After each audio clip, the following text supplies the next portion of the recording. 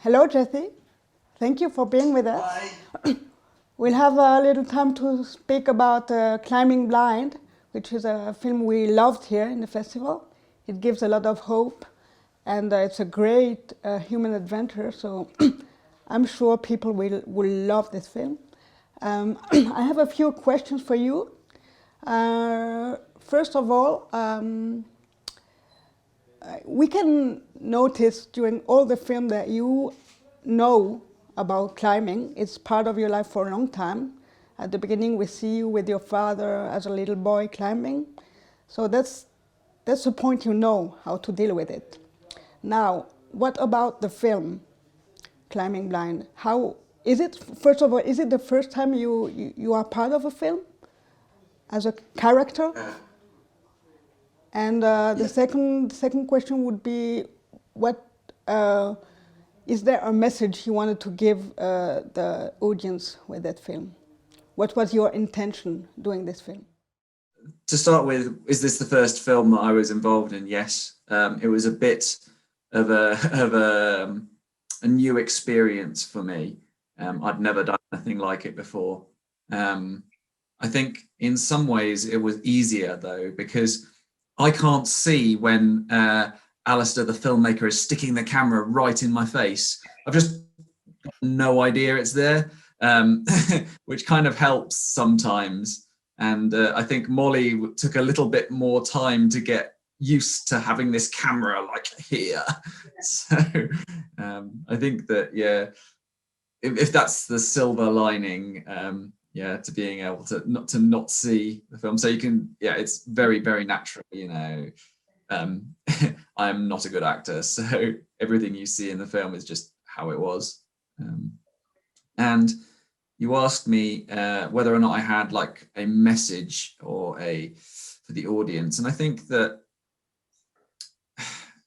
part of the reason I decided to make the film was that I wanted to help a younger version of myself. So if there was some young kid who out there that saw Climbing Blind and kind of realized that it was still totally possible to go and do these amazing things despite whatever challenges life has thrown at us. I think that was my main motivation for making the film, but I think it's possibly more useful for parents to see, you know, how my parents dealt with me when I was growing up and how that turned out. And maybe that gives them some sort of a message about how to treat their children. Yeah, I think those are the two things that I think would be really useful for members of the audience. Okay, so you could advise, for example, to any blind people that it's possible to climb. And it doesn't have to be just blind people, you know, there's everyone has some sort of challenge. Obviously, my challenge is very obvious, but everyone has something. And I think it's just about the attitude you have and how you deal with those challenges. That's the kind of message, I think. And wasn't it a bit scary to, I mean, doing a film like that it's all about giving a little bit of your personal life to a bigger audience. Wasn't it kind of a bit scary because you expose yourself in some way? Yeah, I guess so. It's not something that I really thought too much about. And I guess the other thing is that it took me a long time to realize that my story might be something that other people are interested in, because from my perspective, what I do is totally normal. You know, I do it all the time. Going climbing is not something I class as out of the ordinary. But as I've got older, I've realized when I put myself in someone else's shoes and when I look at it from their perspective, the story is unusual, and that's where it has value. Um, so I think that you're right. There is an element of letting people in and seeing me going about what I think is totally normal, but it's strange because it's normal for me, but it's not normal, right? um, and in terms of the fear, I think mostly it was the fear for me of failure. Obviously, at the time, climbing the Old Man of Hoy was the hardest thing that I had ever climbed. And we had one chance to do it. You know, we had one day, the weather had to be right. I had to be climbing at my absolute best. And if anything had gone wrong, then obviously the consequences could have been serious.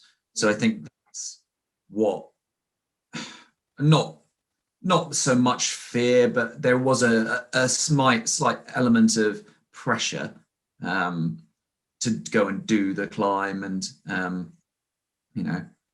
succeed in something that I wanted to do for years. Yeah, sure. At the beginning of the film, there's a part about trad climbing and the dangers of trad climbing. On Man of Hoy, was there any moment where you felt fear? I mean, I had the impression as a public that at the time Molly couldn't see you. There's a time when she couldn't see you anymore, and you were on your own. How did you feel at that moment? Was it kind of you feel like very confident on the screen, but I don't know how you really felt. So I think that I didn't really feel scared because my mind was totally occupied by what I had to do at the time. My brain couldn't concentrate on the climbing and the fear. I was totally absorbed in what I needed to do. And I think that at the time when I felt like I was most likely to fall off, I had good gear. So I wasn't really scared from that perspective. I think like I just said, the time I felt it's not really scared, but most apprehensive was before I'd even started the climb, kind of like in the morning. That was probably the hardest time for me. When I was actually on the rock, everything went well, and I think that was also what I was most proud of. The getting to the top, it's the managing to put yourself in this uncomfortable place where you're at the limit of your ability and stay calm. That's what I think I was most proud of. You can. It's just impressive. I mean, I was afraid for you behind my screen, and I saw you say, "Okay, he's okay. He's doing what he knows, so it's okay for him." But what about Molly, your secret weapon? I don't know when on the film, but she says that sometimes she has to lie to you because she wants her voice to be as calm as possible. Do you know? I mean, you know her best of all. How is she feeling about that fear or that apprehension for you? I mean, so I think she noticed that I was a little bit apprehensive before we started climbing. Usually, I'm fairly kind of calm and don't really get worked up by anything, but I went a little bit quiet before trying the film. Not some people get really, really nervous. I wouldn't say it was like that, but for me, it was, a little bit nervous. And she noticed that in terms of. And she and her fear. I mean, she could be afraid for you. You know what I mean? Yeah, I think that she gets more scared, like when we're doing the descent, when we're going down to the stack, because the consequences of me slipping on the path on the way down could be death. Whereas if I was to fall off while I was climbing, the gear, the equipment that I have in the rock means that I would, in all likelihood, I would be fine.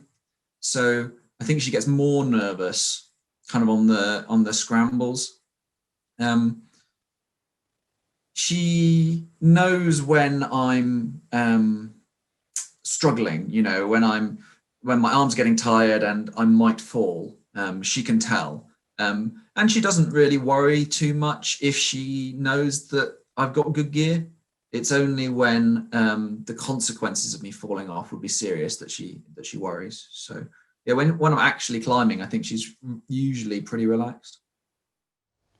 And can you hear it if she's afraid? On I mean, you know her very good, so Her voice, yeah, you can tell. you can tell how she feels or not. Sometimes I can tell when she's lying. It's like, yeah, it's fine. Not scary at all. Okay. But yeah, it's just congratulations for that, because your tandem is just great, and I think it can be very useful for other people in the audience to know that.